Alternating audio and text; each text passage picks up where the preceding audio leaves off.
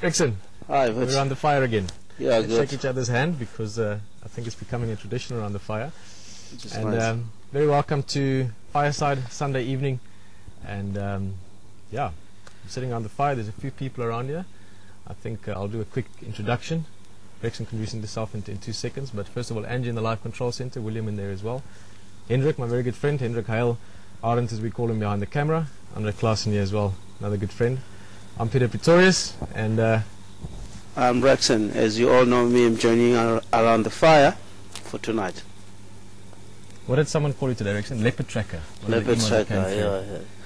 And it's certainly been a good week, I think, for leopard tracking and for talking about leopards. I think that's partly what we're going to talk about to a large extent tonight. So, Yeah, for sure. We're going to talk more about leopard, sometimes additional on how we track leopard, how we find leopard around the area, which is good. yeah, I think it's just been... Sorry, it's been such a rush getting ready for this, actually, so I just need to relax a little bit, Rexon. Remember we're around the fire, but it's obviously been a fantastic week for leopard. We've had a whole lot of different sightings. Rexon and myself were literally on the way back tonight just thinking about it again, almost sort of reminding ourselves of the leopard highlights of the week, never mind all the other things we've seen as well, which we'll talk about as well.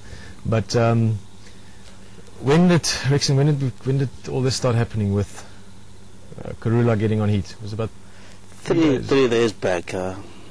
3 days back, because 4 days back, I believe. The first time when we had the leopard was around here at the camp, and Odo was coming from north, and we were not sure exactly what the leopard up to, but the second day we were able to pick up and know what's going on, because the guys have located the leopard, and when we follow up we ended find the dominant male leopard. We haven't seen on the camera. The other guy just told us there's other male from the other side. And then I'm trying to remember again. Sorry, I'm just which leopard? So we spoke about it briefly earlier. Did we see Matimba first, and then Mafufunyan the next day? Yeah, Matimba first, Mafufunyan, and yeah, we see Gorilla, Safari as well. Safari as well. Yes. Actually been quite amazing because it's the way it's gone is we've met a whole lot of leopard within a relatively short space of each other in terms of time. All leopard that we're aware of, but I mean we've gone sometimes for quite a while without seeing Mafufunyan, without seeing Matimba, and of course then Karula being in the area all the time. She's been in camp twice. She was here last night and the night before playing in the washing.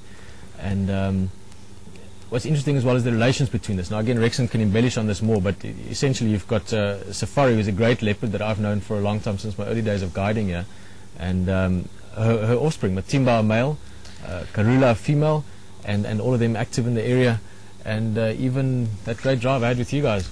That's another highlight for me this week, you guys visiting.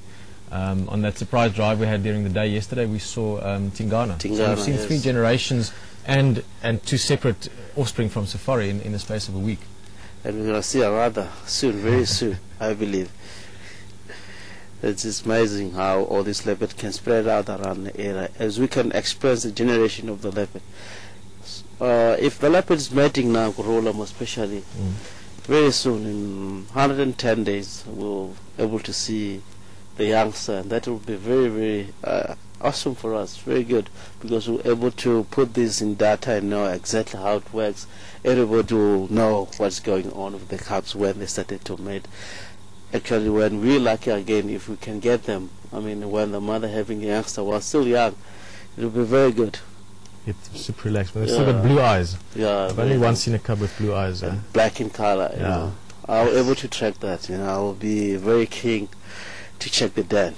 Oh yeah, no, that'll be something. And it's been very special, I think, that has happened around here as well. I mean, we've been sitting here listening at night, every night, making a noise, and this has sort of been aware of it around camp. Rexon, sorry, I want you to start telling us a story, because at the moment we sort of feel like we're just talking about the facts of it.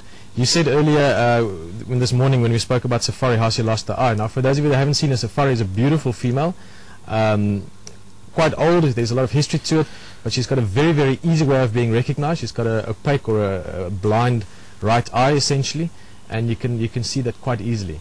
Now, Rexon knows the story of how that happened, and tell us, please. Yeah, as Peter have expressed the story early in the morning, just touching there and there, what happens, there was a dominant male that well known from south called Shivati. He was a mafia, you know. If everybody around the area, Peter have caught it right, they call him Mike Tyson because he was fighting with all dominant men around. I mean, south and also heading down north. It was well known. The leopard was coming down from Londolozi. The mother of that leopard was called Pt.1, a female. He crossed over Sen River. What is she called? Pt.1. Pt.1, like Hamerkop. Yeah, Pt.1 Okay. female. He crossed over Sen River, ended to the south of Savisan, and he became a dominant male. Remember that time it was 3 spots that was around the area. Yeah, I remember 3 spots. It was pretty. Yeah, when he come over this side, found that safari female she met with 3 spots. And Shivati come over and took over from a dominant sheep, and she find safari female having youngster. As you know that, and also it's a question, if a dominant male come into the area, find the female having youngster, what's going to happen? Is doing the same as line they do, exactly the same. You know, when he comes there, she found that female having youngster, and the youngster tried to protect the youngster. How she lose the eye from there, from safari female, from Shivati. Which is amazing.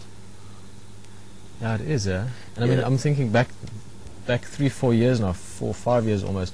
She was still dominant. She used to be around here a lot. I remember when she had Basile and those youngsters. They lived here at Gowrie Waterhole and Treehouse Dam, really. She was a very relaxed leopard. Remember that time. She was always around here, she likes marula trees, hanging on a marula. You can drive underneath the leopard. I mean, while she's on top of a marula, she don't mind vehicles. I mean, people on trekking, you know, she was amazing leopard. You can trek like up to 10-15 meters without realizing. You can hear the leopard growling and crouching down, and you know there's a leopard around you, then you back up so easy on that way. She's a very good leopard, gorgeous. I believe that she start to move towards the area. She might settle around like Impala Plains on that area, Treehouse there. Maybe, you'll never know. Yeah, I'd be very happy. She's like you say, she's awesome. Yeah. We've actually seen a lot of leopard this week. Sorry, I'm still saying sorry a few times because I'm really just trying to realize that we're just sitting around the fire and chatting. And we've seen, let's do that again, Matimba, Mafufunyan, Safari, Tingana, and Karula. And Jordan was around, we didn't see him. But that's 6 leopards in the space of a week. So look like this week we're doing well with leopards, huh? Yes. I believe if it's like this for the whole 2 weeks, huh, we start to enjoy a lot around here, around the camp. As far as I know, Karula, she's coming to the camp. As Peter said, if she have youngster, Peter, I believe she'll bring the youngster and play around washing, and we'll be able to see from here, I believe so. She's a gorgeous leopard, I believe. She's good. Yeah, no, she is. As everyone knows, I mean, I think by far, of all the characters out here, Karula is probably one of the ones I think that's climbed into everyone's heart the deepest. She's a very special cat. We've seen the youngsters growing up. And Rexon, actually, what do you think? What's your take on, are they going to stick around for a little while, Saseka and Tingana? Are they going to leave quite soon, or what do you predict on that? In general, leopard, when have the youngster, the leopard getting independent, it doesn't mean it will have to walk away immediately from the spot. What's going to happen, it will wait for the mother until get the youngster. It's where the mother will start to push them for the safety of the youngster. It will push them very far. If it happens, if the mother loses the youngster in the early stage, it means Saseka and Tingana will still living around the area, but slowly pushing them out. But if the mother is successful on the youngster, on the new youngster that it will be around very soon, it will mean Tingana and Saseka, they have to push. The mother have to push them away. Maybe they'll settle one neighborhood. Maybe you never know what's going to happen, but it can happen. But if you look at south and how the leopard operates, it really confuses us. If you down south, there's quite a lot of leopard in the same area. We know that leopard are territorial, but because of overpopulation, you know that in Southend it's only area, the high density of lions and leopard around here, we tend to see leopard sharing territory like that. But it can happen. It can happen. They move out. It can happen. Stay. We will see it now and then, but maybe somewhere else that will be more dominating. You never know what's going to happen, but it can happen like that way.